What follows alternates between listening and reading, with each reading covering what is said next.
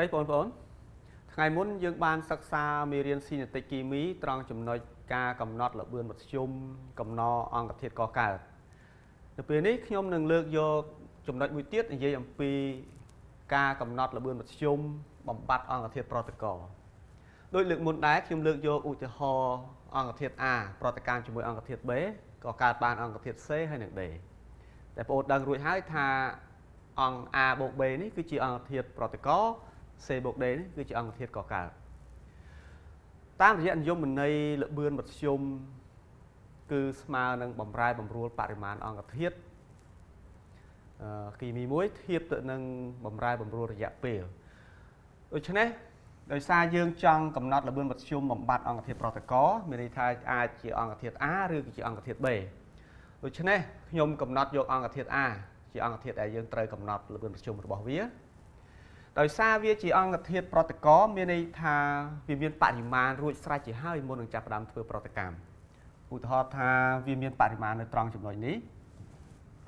នៅពេលដែលប្រតិកម្មចាប់ផ្ដើមប្រព្រឹត្តទៅនោះអង្គធាតុ A ចូលរួមប្រតិកម្មដូច្នេះបរិមាណរបស់វាថយចុះខ្ញុំអាចតាំងក្រាបបំរែបំរួលបរិមាណរបស់អង្គធាតុ A ដូចបែបនេះបាទ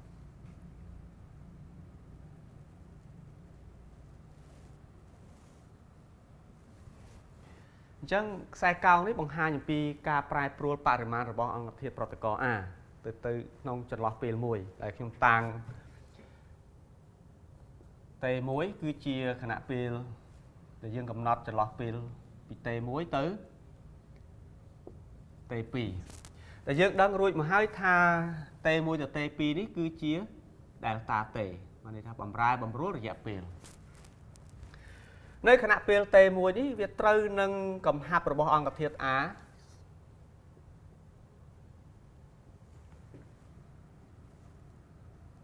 គឺតាំងដោយ A1 នៅពេលប្រតិកម្មប្រព្រឹត្តទៅដល់រយៈពេលT2 នោះយើងបានកំហាប់របស់អង្គធាតុ A នៅខណៈពេលT2 បែបនេះដែលខ្ញុំតាំងដោយ A2 បំរែបំរួលបរិមាណរបស់អង្គធាតុ A នៅចន្លោះ A1 ទៅ A2 នេះយើងដឹងហើយគឺគេតាំងដោយ delta A បំរែបំរួលបរិមាណរបស់អង្គធាតុ A ដូច្នេះតាមរយៈក្រាបនេះយើងអាចទាញមករករូបមន្តសម្រាប់គណនាល្បឿនមធ្យមរបស់ A ដោយខាងក្រោមនេះបាទដូច្នេះល្បឿនមធ្យមបំបត្តិអង្គធាតុប្រតិករ A នៅខណៈចន្លោះពេលT1 ទៅ T2 គឺស្មើនឹងបំរែបំរួលកំហាប់របស់ A លើបំរែបំរួលរយៈពេលបំរែបំរួលកំហាប់របស់ A គឺស្មើនឹងកំហាប់របស់ A នៅខណៈពេល T2 ដកកំហាប់របស់ A នៅខណៈពេល T1 លើ T2 ដក T1 ដោយសារតម្លៃផលសងរបស់កំហាប់ A នៅខណៈពេលT2 ដកកំហាប់របស់ A នៅខណៈពេល T1 តូចជាង0ណាយើងមើលនៅខណៈកំហាប់របស់ A នៅខណៈពេលT2 គឺវាមានតម្លៃតូចជាងកំហាប់របស់ A នៅខណៈពេលT1 អញ្ចឹងផលសងរបស់វានេះតូចជាង0ដូច្នេះគេត្រូវគុណនឹងសញ្ញាដកដើម្បីឲ្យតម្លៃល្បឿនរបស់វាមានតម្លៃវិជ្ជមានពីបងប្អូនបានសិក្សាទ្រឹស្ដីរួចហើយឥឡូវនេះយើងមកធ្វើលំហាត់អនុវត្តអំពីការកំណត់ល្បឿនមធ្យមបំបត្តិអង្គធាតុប្រតិករ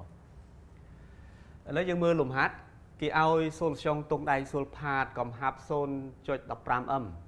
មានប្រតិកម្មជាមួយលោហៈស័ង្កសីគេទទួលបានសូលស្យងស័ង្កសីស៊ុលផាតនិងមានកំណរលោហៈទង់ដែងក្រោយប្រតិកម្ម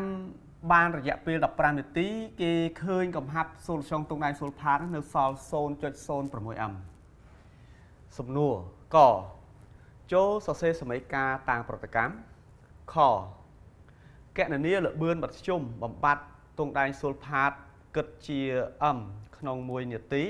នៅចន្លោះពេល15នាទីដំបូងឥឡូវយើងមើលដំណោះស្រាយសំណួរកសមីការតាំងប្រតិកម្មសូលស្យងទង់ដែងស៊ុលផាតអាចមានប្រតិកម្មជាមួយនឹងលោហៈស័ង្កសីបង្កើតបានទៅជាសូលស្យងស័ង្កសីស៊ុលផាតនិងលោហៈទង់ដែងបាទដោយសារសមីការមានលំនឹងយើងមិនបាច់ថ្លឹងទៀតទេខ កណនីល្បឿនមធ្យមបំបត្តិទង់ដែងស៊ុលផាតដោយសារទង់ដែងស៊ុលផាតវាជាអង្គធាតុប្រតិករដូច្នេះយើងមានរូបមន្តល្បឿនមធ្យមបំបត្តិអង្គធាតុប្រតិករនៅចន្លោះពេល T1 ទៅ T2 គឺស្មើនឹងកំហាប់របស់សូលស្យុងទង់ដែងស៊ុលផាតនៅខណៈពេល T2 ដក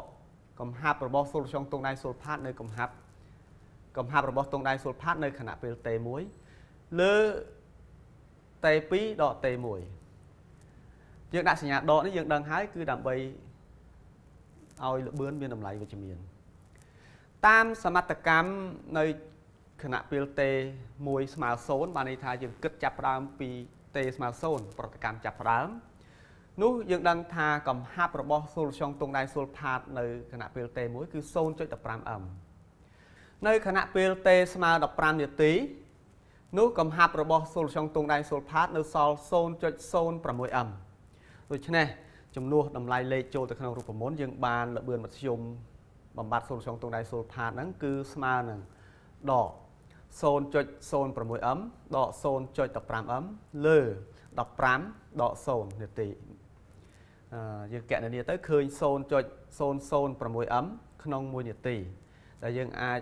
សរសេរស្មើនឹង 0.6 គុណនឹង10ស្វ័យគុណដក 2m ក្នុង1នាទី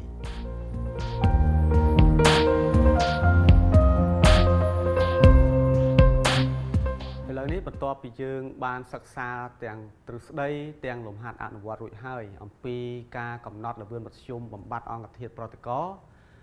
តទៅនេះខ្ញុំសូមដាក់កិច្ចការផ្ទះមួយសម្រាប់បងប្អូនយកទៅគិតប្រសិនបើបងប្អូនមានចម្ងល់អាចទំនាក់ទំនងតាមអាសយដ្ឋានដូចខាងក្រោម